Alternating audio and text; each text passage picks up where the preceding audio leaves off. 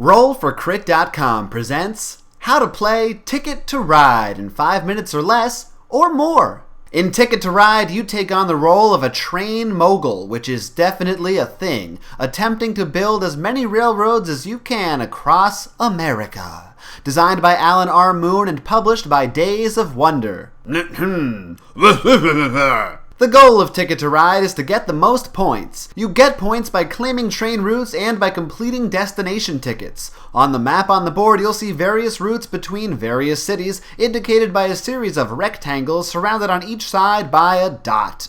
In order to place your train somewhere and claim that route, you'll need train cards of the matching color, but more on that later. At the start of the game, you'll receive a group of train cars in your chosen color. You'll also receive a hand of 4 train cards and 3 destination tickets, but more on those later. On your turn, you can carry out one and only one action. Your first option is to draw new train cards. On the table, there will be a deck of cards with 5 laid out face up next to it. If you choose the Draw Cards action, you can take 2 cards from this area. Either choose 2 from the face up pile, 2 face down from the top of the deck, or 1 of each. It's up to you. The only exception is the Locomotive card. If you decide to take one of these cards from the face up section of the board, your turn is over and you cannot draw anything else until next time. Similarly, if you take 1 card from either the face up or face down pile and there is still a Locomotive available in the face up pile, you may not take it.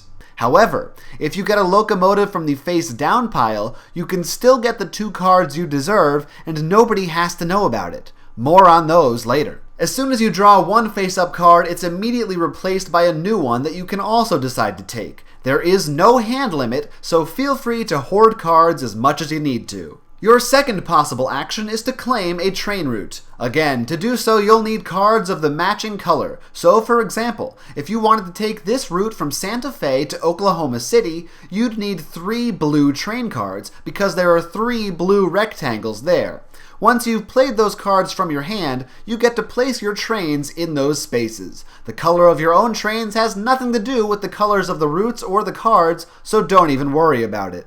Depending on how long a route you claim, you get a certain number of points right away. You can track said points using the point tracker on the edges of the board, but you'll probably forget some and have to recount it at the end of the game anyway. Some routes are gray colored, which means that you can use any color cards to claim them as long as all those cards are the same color. Oh, and remember Locomotive cards? There's a reason you can only get 1 of those per turn if you draw it face up. They act as wild cards, which you can use in place of any other color, and they can be played in combination with normal cards. Very handy for getting those longer routes. If there are ever 3 or more Locomotives face up on the board, you need to discard all 5 face up cards and draw 5 new ones to replace them. Normally, when a route is claimed by 1 player, no one else can take it. Even if it blocks off a path that you really need, you're just going to have to find another way around. However, some paths on the board are actually double routes. Using these, 2 people can claim the same area, coexisting in harmony. Unless you're playing with 3 or less players, in which case they only fit 1 at a time. But how do you know which routes you should claim other than going for the ones that give you the most points? Well, that finally brings us back around to those destination cards that you got at the beginning of the game. Each destination card indicates a different path. Initially, you must choose to keep at least 2 of the 3 that you start with.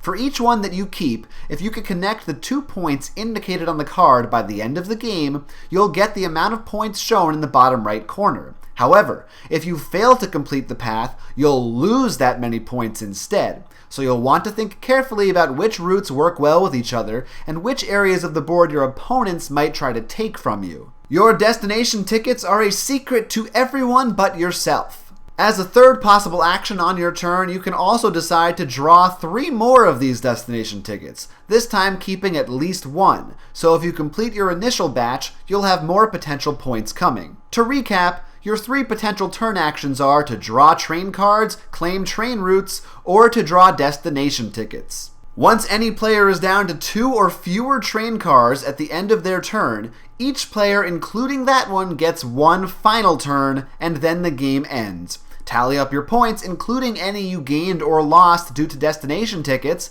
and find out who won! In conclusion, draw train cards, use train cards to claim train routes, to complete destination tickets, to get points, and be more like this guy. That's Ticket to Ride in a nutshell. Did you get all that?